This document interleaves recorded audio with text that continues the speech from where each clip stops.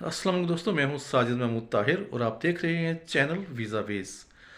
दोस्तों, आजकल ये ख़बर बहुत ज़्यादा फैली हुई है कि हांगकांग जो है वो असाइलम सीकर्स को उठा उठा के डिटेंशन सेंटर में डाल रहा है और फिर वहाँ से वापस अपने मुल्कों को डिपोर्ट कर रहा है। ये ख़बर कहाँ तक सच है, कहाँ तक गलत है, कहाँ तक इसकी एक्सप्लेनेशन गलत हुई है, तो इस हवाले से आज का प्रोग्राम वीज़ा वेज आपके लिए पेश कर रहा है। और यहाँ आपको दूध का दूध और पानी का पानी वाज़िया तौर पर मिल जाएगा। तो दोस्तों, सबसे पहले मैं आपको ये बताता चलूँ कि हांगकांग ने कभी भी असाइलम की एप्लीकेशन एक्सेप्ट नहीं की है। उसकी वजह ये है कि हांगकांग कन्वेंशन का वो सिग्नेचरी नहीं है। इसने उस पे सिग्नेचर नहीं किए हुए हैं और ना ये बाउंड है कि वो आपको असाइलम प्रोवाइड करे।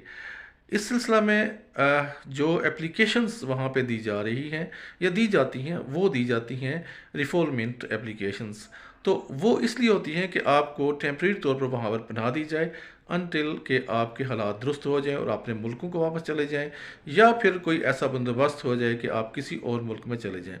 तो इस सिलसिला में वहाँ पे UNHCR का इदारा जो है वो उन तक जब कोई ऐसी एप्लीकेशन पहुँचती है, वो अगर अप्रॉक्सीमेट मैंने सुना है वहाँ से जो ऑफिशियल जो होते हैं ना तर्जुमान, उनसे सुना है कि 1 to 3% तक जो है ना वो एप्लीकेशन जो है एक्सेप्ट करते हैं और वो दे देते हैं UNHCR को, जो आपकी रीलोकेशन करती है कहीं Sweden, Germany, Norway, Australia, UK वगैरह में।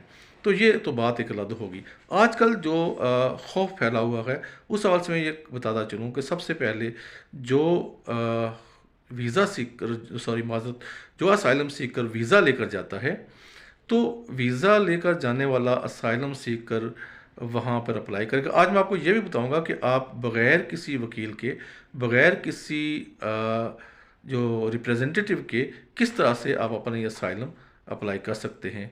अगर आप वीज़ा लेकर गए हैं तो सबसे इम्पोर्टेंट बात यह है कि आप वीज़ा के दौरान अप्लाई नहीं कर सकते। आप अप्लाई कर सकते हैं जब आपका वीज़ा एक्सपायर हो जाए। तो उसके लिए आप को करना ये होगा कि आप बेशक दौरान वीज़ा एक एप्लीकेशन जो है वो प्रिपेयर कर लें। एप्लीकेशन आपने लिखनी है हांगकांग इमिग्रेशन के नाम, और वहाँ पर जनरल इमिग्रेशन जो सेक्शन है माजरत जनरल इमिग्रेशन सेक्शन में जो है ना वो आपने एप्लीकेशन लॉन्च करनी है। तो सबसे पहले आपने करना क्या है, ये एप्लीकेशन प्रिपेयर करनी है और उसमें 2-3 चीज़ें इंपॉर्टेंट हैं, जिनमें से आपको या तो अपने मुल्क में जान का ख़तरा है, या फिर आप पर तशद्दुद किए जाने का खौफ है, या आपको पहले से आप पर तशद्दुद किया गया है, आपको कहीं बहुत बड़ा नुकसान पहुंचाया गया है और उसके आप विक्टिम हुए हैं, या फिर आप के हवाले से कोई इंसानी हकूक़ की ख़िलाफ़ वर्जी स्टेट के दौरान स्टेट लॉज में हो रही है, या फिर किसी और वजह से जो इंसानी हकूक़ की ख़िलाफ़ वर्जी हो रही है, तो आप अपनी एप्लीकेशन रिफॉल्मेंट जो है वो लॉन्च कर सकते हैं। अब करना आपने क्या है कि आपने, वैसे मैं आपको बताऊं ये भी कि आपका कोई एक पैसा खर्च नहीं होगा। आपने वहाँ पे जाना है सीधा ही वहाँ पे क्या कहते हैं जी, इमिग्रेशन डिपार्टमेंट में। और इमिग्रेशन डिपार्टमेंट है 5th floor sky line tower पे, 39 वांग क्वांग रोड, कोलून बे, हांगकांग। तो वहाँ पे आप जाएंगे जब आप इस कोलून बे MTR स्टेशन, MTR मींस कि जो मास ट्रांजिट रेलवे, जो रेल का एक स्टेशन है जो है कोलून बे। आपने कोलून बे में जाके उतर जाना है और जब आप बाहर निकलेंगे सामने आपको एक बिल्डिंग नज़र आएगी जिस पर लिखा होगा स्काई लाइन टावर।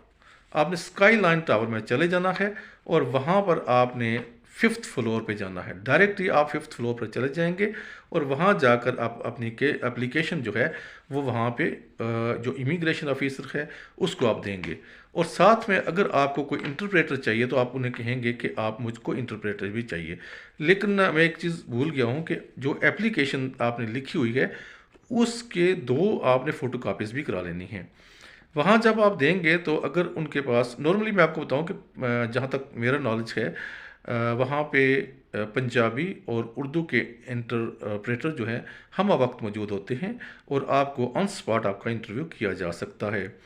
तो जब आप वहाँ पे जाएंगे तो आपकी एप्लीकेशन वो लेंगे, लेने के बाद आपको बिठा देंगे, कहेंगे जी आप तशरीफ़ रखें, आपका जो मुतलका ऑफिशियल है वो आएगा और आपका इंटरव्यू करेगा।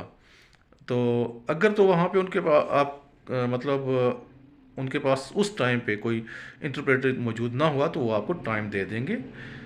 जो आप एप्लीकेशन लिखेंगे उसमें आपने अपना पासपोर्ट नंबर और अपनी डेट ऑफ बर्थ, हांगकांग का एड्रेस और हांगकांग का टेलीफोन नंबर भी देना है।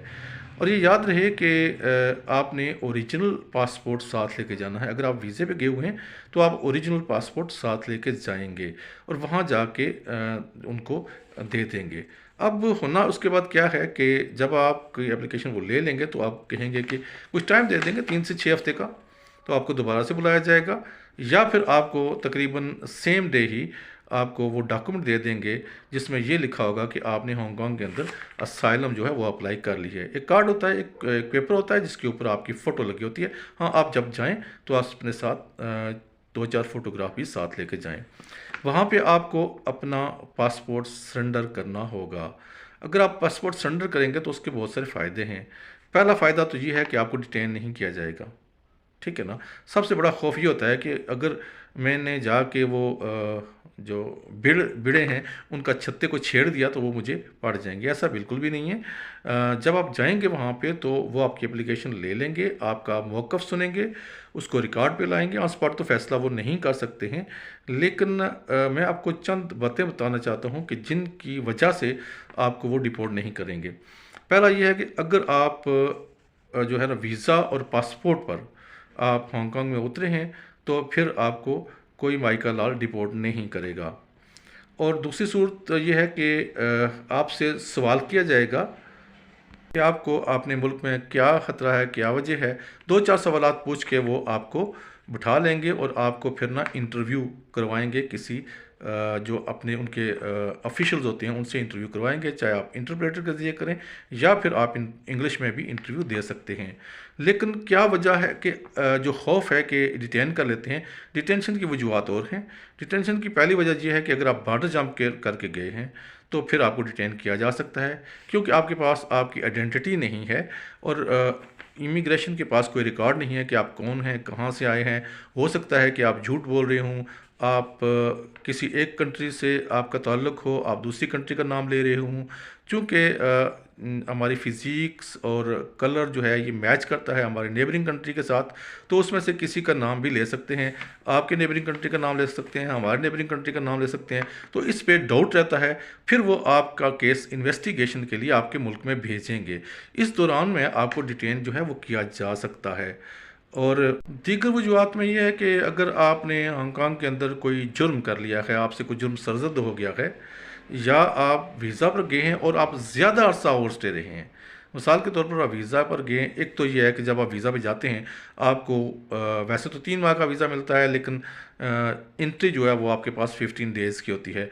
15 डेज़ के बाद आप 16th डे को यानी कि 16वें दिन जाकर आप अपना एप्लीकेशन जो है वो वहाँ पे दे सकते हैं। लेकिन अगर आप एंटर हो गए, 15 दिन के बाद नहीं गए, 3 महीने के बाद नहीं गए, 3 साल के बाद नहीं गए, कहीं जाके 5-6 साल बाद आपका सामना हुआ है इमिग्रेशन से, तो फिर प्रोबेबली आपको वो डिटेन कर लें।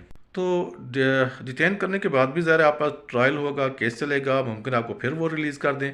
ये उन लोगों के लिए जो वीज़ा लेकर नहीं गए हैं और बॉर्डर जंप करके गए हैं। नॉर्मली जो लोग जाते हैं बस खैर मैं क्या ज़िक्र करूं, पाकिस्तान से तो चाइना के रास्ते जाते हैं, चाइना से आगे वो बॉर्डर जंप करते हैं शिनजान से, और अगर ऐसा है तो फिर वो आपको डिटेन कर सकते हैं। लेकिन आप अगर पाकिस्तान से ही हांगकांग का वीज़ा लेकर गए हैं तो फिर आपको किसी भी फ़ियर का सामना नहीं है कि वो आपको डिटेन करेंगे। और आखिरी सूरत ये है कि अगर आप की एक्टिविटीज़ ऐसी हैं कि आप उस मुल्क के लिए ख़तरनाक साबित हो सकते हैं, ठीक है, तो उन वजूहात की बिना पर भी आपको डिटेन किया जा सकता है। लेकिन और कोई वजह नहीं है कि जब आप एप्लीकेशन लॉन्च करें तो आपको कोई डिटेन करे, ऐसा कभी भी नहीं होता। जिनको डिटेन नहीं किया जा सकता वो मैंने पहले से बता दिया है, लेकिन उनमें 1-2 चीज़ें और भी हैं, मुझे याद नहीं रहा था। एक है ऐसी ख़वातीन जो प्रेग्नेंट हैं, उनको भी किसी सूरत में डिपोर्ट नहीं किया जाता, चाहे वो बॉर्डर जंप करके जाएं, या फिर आप कोई विक्टिम हैं, तशद्दुद आप पर किया गया है और उसके निशानात आपकी बॉडी पर हैं, फिर भी वो आपको डिटेन नहीं करेंगे। और चाहे आप जिस भी ज़रिए से फ्ली करके गए हैं, वहाँ पे बॉर्डर जंप करके गए हैं, इलीगल मीन्स के ज़रिए गए हैं, इलीगल इंट्रॉट हैं, हर सूरत में आपको वो डिटेन नहीं करेंगे।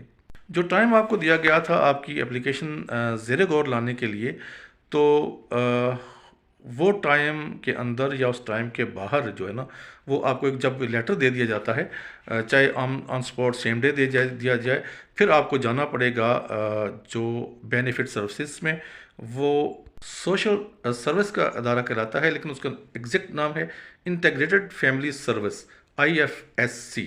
IFSC में आप जाएंगे तो वहाँ से आपकी शेल्टर का बंदोबस्त होगा, आई मीन कि आपकी रिहाइश के लिए भी बंदोबस्त किया जा सकता है, और आपके फूड और फूड स्टैम्प्स वगैरह का भी बंदोबस्त वहाँ से हो जाएगा। तो ये थी एक मुख्तसर सी झलकी के आप आजकल, ये मैं ताज़ा तरीन इंफॉर्मेशन पास ऑन कर रहा हूँ कि आजकल आप बग़ैर किसी भी सोलिसिटर के आप अपना केस कैसे अप्लाई कर सकते हैं। आप ज़्यादा कॉन्फिडेंट हैं, अगर आप खुद अप्लाई करते हैं तो आपका केस ज़्यादा बेहतर तरीके से सॉल्व होगा। लेकिन फिर मैं आपको रिमाइंडर देता चलूँ कि हांगकांग कभी नहीं देता आपको असाइलम। वो अप्रूव अगर करता है 1 से 3%, जैसे मुझे किसी सरकारी ऑफिसर ने कहा था, तो फिर वो आपको रीलोकेट करेंगे, किसी और मुल्क में भेज देंगे, किसी अच्छे बड़े मुल्क में भेज देंगे जो असाइलम सीकर को एक्सेप्ट करते हैं उन मुल्कों में। ठीक है, तो ये जो इन्फॉर्मेशन फैली हुई थी कि उठा उठा के पकड़ पकड़ के जनाब अंदर कर रहे हैं और वहाँ से डिपोर्ट कर रहे हैं, ऐसा कुछ भी नहीं है। चूँकि सिस्टम जो है उससे कोई मुल्क भी बाहर नहीं निकल सकता। मैंने पहले भी आपको कई मरतबा कहा है कि अगर फर्स्ट इंस्टेंस में आप अपनी असाइलम का केस डाल देते हैं, अप्लाई कर देते हैं, तो फिर आपको कोई माई का लाल जो है वो डिपोर्ट नहीं कर सकता। अगर आपने पहले वहाँ से एंट्री लेने की कोशिश की, पहले आपने निकलने की कोशिश की, उसके बाद आपने कहा, ये मैं एयरपोर्ट की बात कर रहा हूँ, मतलब फ़र्ज़ करें कुछ लोग चले जाते हैं किसी फेक डॉक्यूमेंट के ऊपर, वहाँ जाके वो एंट्री लेने की कोशिश करते हैं, जब पता चलता है डॉक्यूमेंट फेक है तो फिर वो एक काम करते हैं कि नहीं जी मुझे असाइलम चाहिए। ऐसा कभी नहीं होगा, बल्कि आप पर ज़्यादा 2 चार्ज लग जाएंगे। ठीक है, तो इस तरह नहीं है, आप गुड फेथ के साथ जाएँ, आप वीज़ा लेके जाएँ, और वहाँ जाकर अगर आपने असाइलम करनी है तो आराम से आप एप्लीकेशन जो है सोच समझ कर आराम से देख के लिख के उसकी 2-3 कापियाँ करा लें किसी से, अगर आपने मशवरा करना है। लेकिन मशवरा नॉन प्रोफेशनल से कभी ना कीजिएगा।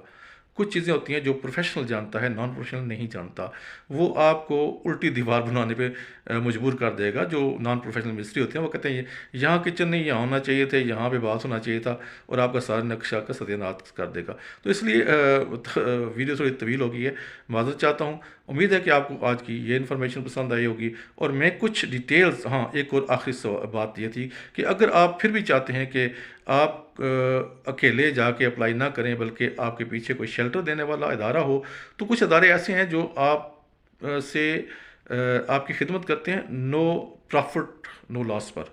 ठीक है, वो आपको आपसे वकीलों की तरह फीसें चार्ज नहीं करते हैं, लेकिन वो नो प्रॉफिट नो लॉस पे आपको वहाँ पर आपकी एप्लीकेशन लॉन्च करवा देंगे।